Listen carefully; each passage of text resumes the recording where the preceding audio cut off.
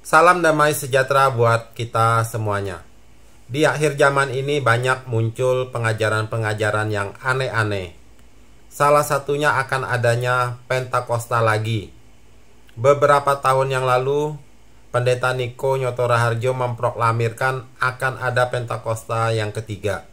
Dan sekarang, beberapa hari yang lalu saya dikejutkan lagi dari Monique Rekes, yaitu channelnya YouTube Fakta Israel, yang membuat videonya yang mengatakan bahwa ke depan akan terjadi Pentakosta kedua untuk bangsa Israel. Jadi ini mana yang benar? Pendeta Niko atau Monique Rekes dari Fakta Israel? Atau kedua-duanya salah? Mari kita bahas apa yang mereka masing-masing katakan. Dan bagi sebagian orang Kristen itu ditelan mentah-mentah, seakan-akan sesuatu yang menggairahkan dan luar biasa akan terjadi lagi. Yang menjadi pertanyaan kita semua, apakah Tuhan Yesus pernah menjanjikan akan terjadi Pentakosta kedua dan Pentakosta ketiga? Apakah ada ayatnya di dalam Perjanjian Baru yang diucapkan dan dijanjikan Tuhan Yesus? Sekarang kita setel video dari Pendeta Niko Nyoto Raharjo terlebih dahulu. Nah, lalu apa yang Pak Niko rasa tentang Pentakosta ketiga ini? Karena ada banyak orang berkata, aduh, doktrin apa lagi ini yang terjadi, ya kan? Lalu sebagian mempersoalkan kenapa 3, kenapa nggak 7.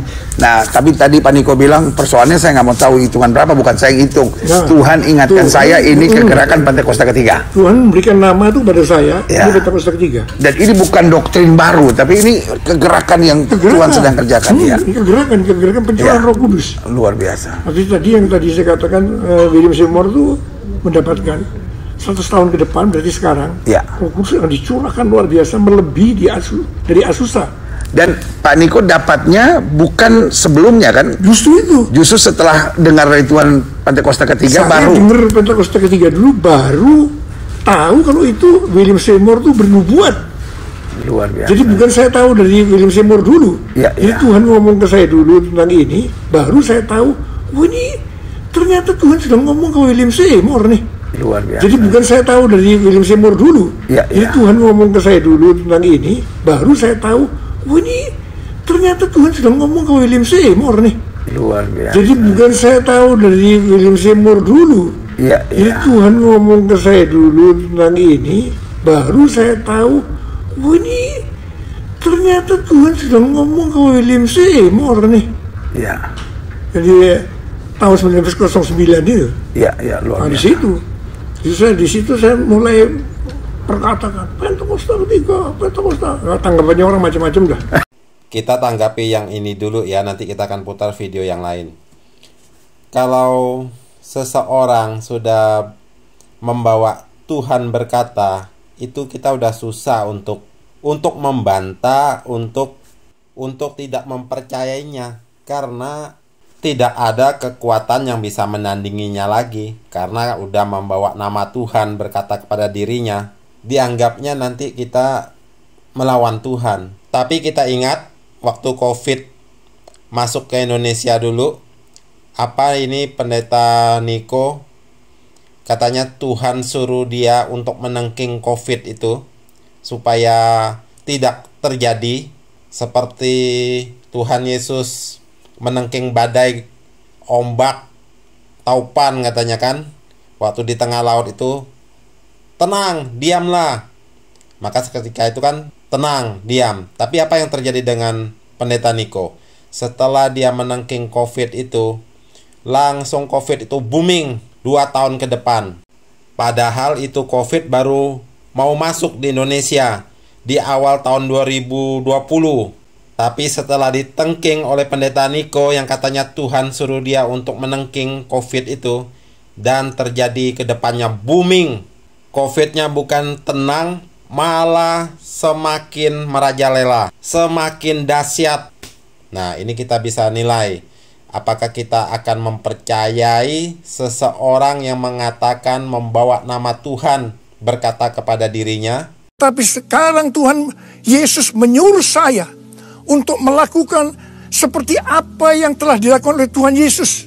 Tapi sekarang Tuhan Yesus menyuruh saya untuk melakukan seperti apa yang telah dilakukan oleh Tuhan Yesus, yaitu dengan menghardik badai itu dan berkata, diam, tenanglah.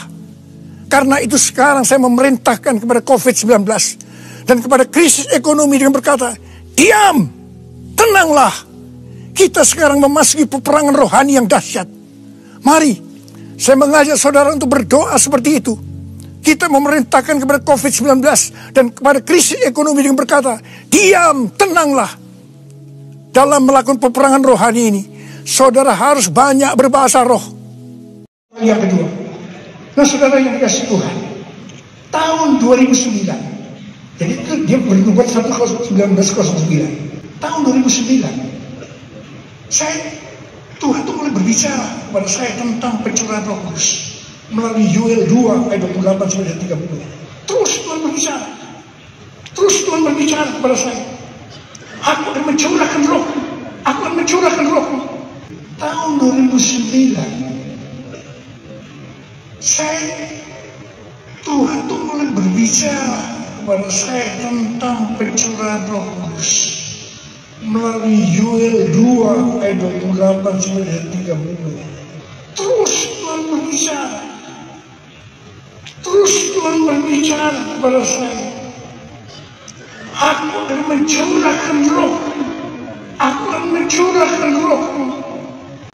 Tahun 2013 di tempat ini, dalam acara Empower 21, Tuhan menyuruh saya mengatakan, Tuhan berkata begini, selama ini yang aku katakan dengan pencurahan Roh Kudus itu adalah Pentakosta yang ketiga. Nah saudara, saya terus terang pada waktu Tuhan ngomong pada saya Pentakosta ketiga, saya juga gak ngerti apa itu Pentakosta ketiga, saya juga gak ngerti. Tapi Tuhan bicara, itu Pentakosta pertama itu adalah di Yerusalem di Marloken. Pentakosta kedua di Asus. Ini Pentakosta ketiga. Saya tidak mengerti apa itu Pentakosta ketiga, saudara. Tapi Tuhan berbicara pada saya, dan yang harus saya lakukan, saya percaya. Sejak awal pelayanan saya, Tuhan itu selalu memberikan visi kepada saya untuk menuntun gereja. Dan setiap kali Tuhan memberikan visi, saya tidak mengerti. Bukan sebenarnya hampir semua tidak mengerti, tapi saya hanya percaya. Seperti Rasul Paulus berkata, karena aku percaya, maka aku berkata-kata. Itulah yang saya lakukan. Seperti Pentakosta ketiga, saya percaya. Saya berkata, Pentakosta ketiga, itu sejak tahun 2003. Seperti tadi yang saya bilang, kalau sudah bawa nama Tuhan berbicara kepada saya, udah susah kita bantah. Tidak ada kekuatan yang bisa menandinginya. Tapi kita lihat bukti-bukti sebelumnya, seperti COVID-19 yang ditengking itu. Sekarang kita baca ayat yang dikupas tadi, bahwa Tuhan berbicara di Yoel 2 ayat 28 sampai 30. Kemudian daripada itu akan terjadi bahwa aku akan mencurahkan rohku ke atas semua manusia. Maka anak-anakmu laki-laki dan perempuan akan bernubuat. Orang-orangmu yang tua akan mendapat mimpi. Teruna-terunamu akan mendapat penglihatan-penglihatan. Juga ke atas hamba-hambamu laki-laki dan perempuan akan kucurahkan rohku pada hari-hari itu. Aku akan mengadakan mujizat-mujizat di langit dan di bumi, darah dan api, dan gumpalan-gumpalan asap. Ini adalah ayat di perjanjian lama di kitab Yoel. Dan ini sudah digenapi waktu Pentakosta yang dijanjikan oleh Tuhan Yesus. Dan ayat ini sudah diulang oleh Rasul Petrus setelah menerima pencurahan Roh Kudus, yaitu di Kisah Para Rasul 2 ayat 14. Khotbah Petrus. Maka bangkitlah Petrus berdiri dengan ke-11 rasul itu, dan dengan suara nyaring ia berkata kepada mereka, hai kamu orang Yahudi dan kamu semua yang tinggal di Yerusalem, ketahuilah dan camkanlah perkataanku ini. Orang-orang ini tidak mabuk seperti yang kamu sangka, karena hari baru pukul 9. Tetapi itulah yang difirmankan Allah dengan perantaraan Nabi Yoel. akan terjadi pada hari-hari terakhir. Demikianlah firman Allah, bahwa aku akan mencurahkan rohku ke atas semua manusia. Maka anak-anakmu laki-laki dan perempuan akan bernubuat, dan teruna-terunamu akan mendapat penglihatan-penglihatan, dan orang-orangmu yang tua akan mendapat mimpi. Juga ke atas hamba-hambaku laki-laki dan perempuan akan kucurahkan rohku pada hari-hari itu, dan mereka akan bernubuat. Dan aku akan mengadakan mujizat-mujizat di atas, di langit, dan tanda-tanda di bawah, di bumi, darah dan api dan gumpalan-gumpalan asap, dan seterusnya. Ini adalah perkataan Petrus menggenapi apa yang disampaikan oleh Nabi Yoel, bahwa akan terjadi pencurahan Roh Kudus, yaitu para murid itu yang telah menerimanya. Jadi ayat itu sudah digenapi. Sekarang kita bahas yang dari Monique Rekes dari YouTube-nya Fakta Israel, tentang adanya Pentakosta yang kedua untuk orang Yahudi atau orang bangsa Israel. Shalom, saya Monique Rekers dari Fakta Israel. Fakta Israel ingin membahas tentang apa yang terjadi di Yerusalem 2000 tahun yang lalu, Bapak Ibu semua, itu akan terjadi lagi. Jadi akan ada Pentakosta yang kedua kali di Yerusalem. Dan tentu saja ini belum terjadi. Jadi akan ada Pentakosta yang kedua kali di Yerusalem. Dan tentu saja ini belum terjadi. Karena itu Bapak Ibu semua, sangat-sangat penting buat kita di Indonesia, buat kita orang Kristen di Indonesia, betul-betul kita mempelajari Alkitab kita. Kenapa? Supaya kita betul-betul juga paham apa maksud Tuhan dengan adanya bangsa Israel di masa modern ini.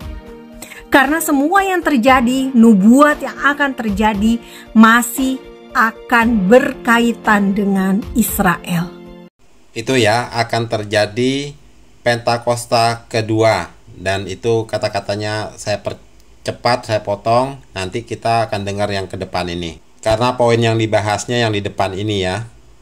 Bapak Ibu, seperti yang sudah dikatakan oleh Petrus, bahwa mereka ini menerima penggenapan dari yang ditulis oleh Yoel.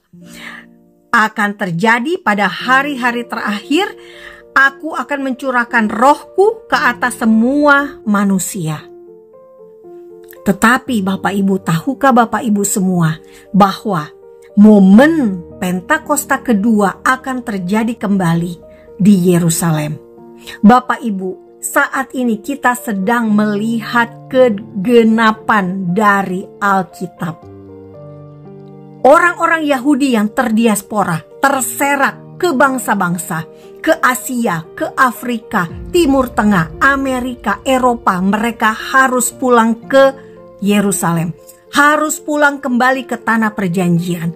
Kita tahu ini yang disebut sebagai Aliyah.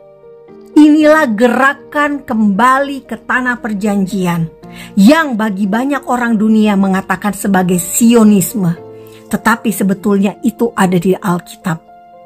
Nah, kenapa harus terjadi Aliyah? Kenapa harus terjadi Sionisme? Jawabannya jelas ada di Alkitab sendiri. Bapak Ibu harus baca di Sakaria 12 ayat 10. Dikatakan di sini, aku akan mencurahkan roh pengasihan dan roh permohonan atas keluarga Daud dan atas penduduk Yerusalem, dan mereka akan memandang kepada Dia yang telah mereka tikam, dan akan meratapi Dia seperti orang meratapi anak tunggal, dan akan menangisi Dia dengan pedih seperti orang menangisi anak sulung. Bapak Ibu semua, ini janji Tuhan bahwa akan terjadi pencurahan Roh Kudus di Yerusalem seperti yang terjadi pada murid-murid. Karena ini belum terjadi, Sakaria 12 ayat 10 belum terjadi. Dan jelas dikatakan di ayat Sakaria 12 ayat 10, pencurahan roh pengasihan dan roh permohonan itu terjadi atas keluarga Daud. Siapa Daud? Dari suku Yehuda. Dan siapa keluarga Daud? Keluarga Daud jelas bangsa Israel, orang Yahudi. Karena Daud dari suku Yehuda. Karena itulah orang-orang Yahudi yang masih terserak di luar tanah perjanjian, di luar Yerusalem, harus pulang kembali ke tanah perjanjian. Seperti yang terjadi pada Pentakosta pertama. Makanya Bapak Ibu semua, kita sekarang berada di masa yang super keren. Bukankah Yesus adalah garis keturunan dari Daud? Dan Yesus adalah dari suku Yehuda. Dan di Zakaria 12 ayat 10 tadi kan disebut bahwa mereka akan memandang kepada Dia yang telah mereka tikam dan akan meratapi Dia seperti orang meratapi anak tunggal, dan akan menangisi Dia dengan pedih seperti orang menangisi anak sulung. Itu adalah nubuatan kepada Yesus. Dia anak tunggal, Bapa di sorga, dan dia anak pertama dari Yusuf dan Maria, anak sulung. Di ayat yang ke-10 yang awal, Zakaria 12 ini, Aku akan mencurahkan roh pengasihan dan roh permohonan atas keluarga Daud dan atas penduduk Yerusalem. Ini adalah nubuatan tentang Tuhan Yesus. Bahwa dia akan mencurahkan rohnya seperti yang telah dia janjikan kan? Dia menyuruh murid-muridnya untuk menunggu di Yerusalem waktu pencurahan Roh Kudus itu, yaitu di Kisah Para Rasul 1 ayat ke-4 sampai ke-5. Pada suatu hari ketika ia makan bersama-sama dengan mereka, ia melarang mereka meninggalkan Yerusalem dan menyuruh mereka tinggal di situ menantikan janji Bapa. Yang demikian katanya, telah kamu dengar daripadaku, sebab Yohanes membaptis dengan air, tetapi tidak lama lagi kamu akan dibaptis dengan Roh Kudus. Dan setelah murid-murid itu menerima baptisan Roh Kudus, pencurahan Roh Kudus, dan setelah Rasul Petrus menyebutkan penggenapan di kitab Yoel tadi, kalau saya bacakan mungkin lebih jelas ya Bapak Ibu Saudara-saudari dan teman semuanya. Karena ini apa yang disebutkan sama Rasul Petrus itu adalah penggenapan kitab Yoel 2 ayat 28 tadi itu ya.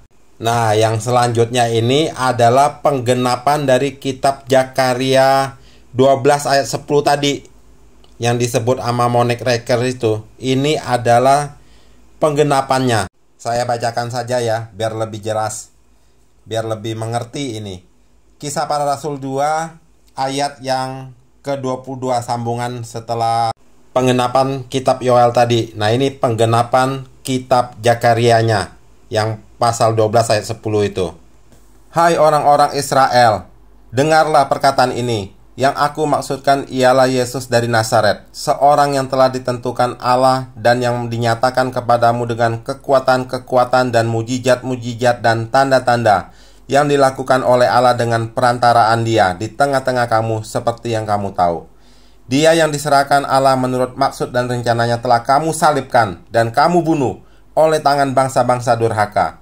Tetapi Allah membangkitkan Dia dengan melepaskan Dia dari sengsara maut, karena tidak mungkin Ia tetap berada dalam kuasa maut itu. Sebab Daud berkata tentang Dia, nah ini penggenapan tentang Daud lagi, Aku senantiasa memandang kepada Tuhan, karena Ia berdiri di sebelah kananku, aku tidak goyah. Sebab itu hatiku bersuka cita dan jiwaku bersorak-sorak, bahkan tubuhku akan diam dengan tentram. Sebab engkau tidak menyerahkan aku kepada dunia orang mati dan tidak membiarkan orang kudusmu melihat kebinasaan. Engkau memberitahukan kepadaku jalan kehidupan. Engkau akan melimpahi aku dengan sukacita di hadapanmu. Saudara-saudara, aku boleh berkata-kata dengan terus terang kepadamu tentang Daud, bapa bangsa kita. Ia telah mati dan dikubur, dan kuburnya masih ada pada kita sampai hari ini. Nah, ini berbicara tentang Daud, keturunan Daud.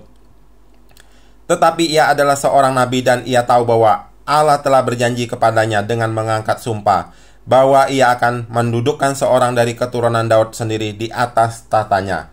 Karena itu ia telah melihat ke depan dan telah berbicara tentang kebangkitan Mesias, ketika ia mengatakan bahwa dia tidak ditinggalkan di dalam dunia orang mati, dan bahwa dagingnya tidak mengalami kebinasaan. Yesus inilah yang dibangkitkan Allah, dan tentang hal itu kami semua adalah saksi. Dan sesudah ia ditinggikan oleh tangan kanan Allah dan menerima Roh Kudus yang dijanjikan itu, maka dicurahkannya apa yang kamu lihat dan dengar di sini. Sebab bukan Daud yang naik ke sorga, malahan Daud sendiri berkata, Tuhan telah berfirman kepada Tuanku, duduklah di sebelah kananku sampai kubuat musuh-musuhmu menjadi tumpuan kakimu. Jadi seluruh kaum Israel harus tahu dengan pasti. Nah ini kan, jadi seluruh kaum Israel harus tahu dengan pasti dari segala suku itu yang berkumpul di Yerusalem waktu itu, bahwa Allah telah membuat Yesus yang kamu salibkan itu menjadi Tuhan dan Kristus. Nah, seluruh kaum Israel harus tahu dari segala suku ini yang berkumpul di Yerusalem, datang dari seluruh kolong langit, berkumpul di Yerusalem pada waktu pencurahan Roh Kudus itu. Ketika mereka mendengar hal itu, hati mereka sangat terharu. Ketika mendengar hal itu, hati mereka sangat terharu. Nah, ini kan sangat terharu nih kan, penggenapan di kitab Zakaria itu. Lalu mereka bertanya kepada Petrus dan rasul-rasul yang lain, apakah yang harus kami perbuat, saudara-saudara? Jawab Petrus kepada mereka, bertobatlah dan hendaklah kamu masing-masing memberi dirimu dibaptis dalam nama Yesus Kristus untuk pengampunan dosamu. Maka kamu akan menerima karunia Roh Kudus. Sebab bagi kamulah janji itu, dan bagi anak-anakmu, tuh, dan bagi orang-orang yang masih jauh, yaitu sebanyak yang akan dipanggil oleh Tuhan Allah kita. Ini ayatnya jelas. Sebab bagi kamulah janji itu, dan bagi anak-anakmu, dan bagi orang yang masih jauh, yaitu jauh ke depan, di zaman-zaman kita ini sekarang juga, dan juga zaman yang akan datang dan sampai akhir zaman, yaitu sebanyak yang akan dipanggil oleh Tuhan Allah kita. Dan dengan banyak perkataan lain lagi ia memberi suatu kesaksian yang sungguh-sungguh, dan ia mengecam dan menasehati mereka, katanya, berilah dirimu diselamatkan dari angkatan yang jahat ini. Orang-orang yang menerima perkataannya itu memberi diri dibaptis, mereka percaya ini. Dan pada hari itu jumlah mereka bertambah kira-kira 3.000 jiwa. Ini dahsyat sekali, 3.000 sekali yang percaya, yang dibaptis itu kira-kira 3.000 jiwa. Jadi jelas penggenapan kitab Yoel dan kitab Zakaria sudah digenapi di Pentakosta Yerusalem yang terjadi kepada rasul-rasul dan murid-murid yang lain. Tidak mungkin ada Pentakosta lagi, sebab Tuhan Yesus hanya menjanjikan satu kali itu saja. Tidak ada Tuhan Yesus menjanjikan bahwa akan terjadi Pentakosta yang kedua dan Pentakosta yang ketiga. Sebab Tuhan Yesusnya pun lahir dan mati hanya sekali di dalam dunia. Dan dengan sekali kelahiran dan penebusannya di atas kayu salib, dan dia sekali naik ke sorga, itulah dia menjanjikan mencurahkan rohnya. Pencurahan Roh Kudus, Pentakosta, yang dia suruh murid-muridnya untuk menantikannya di Yerusalem. Dan itu sudah terjadi. Tidak ada ayat lagi di dalam Alkitab yang menjelaskan bahwa Tuhan Yesus akan menjanjikan Pentakosta kedua dan Pentakosta ketiga atau Pentakosta yang keempat dan seterusnya akan terjadi lagi. Sebab cukup sekali berlaku untuk selamanya. Tadi kan jelas ayatnya bahwa kata Rasul Petrus tadi, sebab bagi kamulah janji itu, dan bagi anak-anakmu, keturunannya berarti kan, setelah itu, setelah Pentakosta itu, yang pertama itu, sebab bagi kamulah janji itu, dan bagi anak-anakmu, dan bagi orang yang masih jauh, yaitu sebanyak yang akan dipanggil oleh Tuhan Allah kita, yang masih jauh ke depan. Zaman kita ini, zaman yang akan datang setelah kita ini, sampai akhir zaman. Kita tidak tahu kapan akhir zaman itu akan terjadi. Dan Pentakosta itu berlaku sampai akhir zaman nanti, pada generasi yang jauh yang akan datang.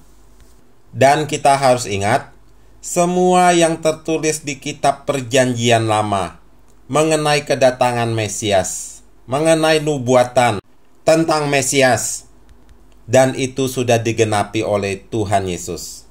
Jadi puncak pemberitaan nabi-nabi di Perjanjian Lama itu merucut kepada Tuhan Yesus. Tuhan Yesus itulah pokoknya. Dan Tuhan Yesus itulah yang memberikan pencurahan Roh Kudus itu. Dan itu sudah Dia katakan kepada murid-muridnya untuk menantikannya di Yerusalem. Dan setelah Dia naik ke sorga, Dia memberikan Roh Kudus itu, dicurahkan. Dan itulah terjadi Pentakosta, pencurahan Roh Kudus di Yerusalem. Dan itu berlaku untuk selamanya. Tidak mungkin Tuhan akan mencurahkan lagi. Sebab sekali dicurahkan, itu tetap terjadi dan tetap ada. Seumpama bangsa Israel nanti di akhir zaman, mereka akan berbalik, percaya kepada Tuhan Yesus. Itu adalah pekerjaan Roh Kudus yang sudah dicurahkan 2000 tahun yang lalu di Yerusalem ketika murid-murid itu menerima dan para rasul-rasul itu menerimanya. Sebab sekali lagi sudah disebutkan bahwa bagi kamulah janji itu, dan bagi anak-anakmu, dan bagi orang yang masih jauh, yaitu sebanyak yang akan dipanggil oleh Tuhan Allah kita. Bagi orang yang masih jauh ke depan, generasi yang akan datang. Sudah dikatakan oleh Rasul Petrus di Yerusalem itu bahwa itu masih tetap akan berlaku sampai ke depan. Seperti contoh, ada seseorang yang tidak percaya kepada Tuhan, yang sangat fanatik, yang tidak mau percaya kepada Tuhan, yang benci kepada Tuhan. Kita banyak mendengar kesaksian-kesaksian mereka yang dulunya tidak percaya kepada Tuhan Yesus, tetapi akhirnya mereka bisa percaya bagaimanapun, walau bagaimanapun caranya. Dan mungkin akan seperti itu yang akan terjadi untuk bangsa Israel ke depan. Mereka nanti akan berbalik percaya kepada Tuhan. Walaupun tidak seluruhnya, hanya sebagian mungkin.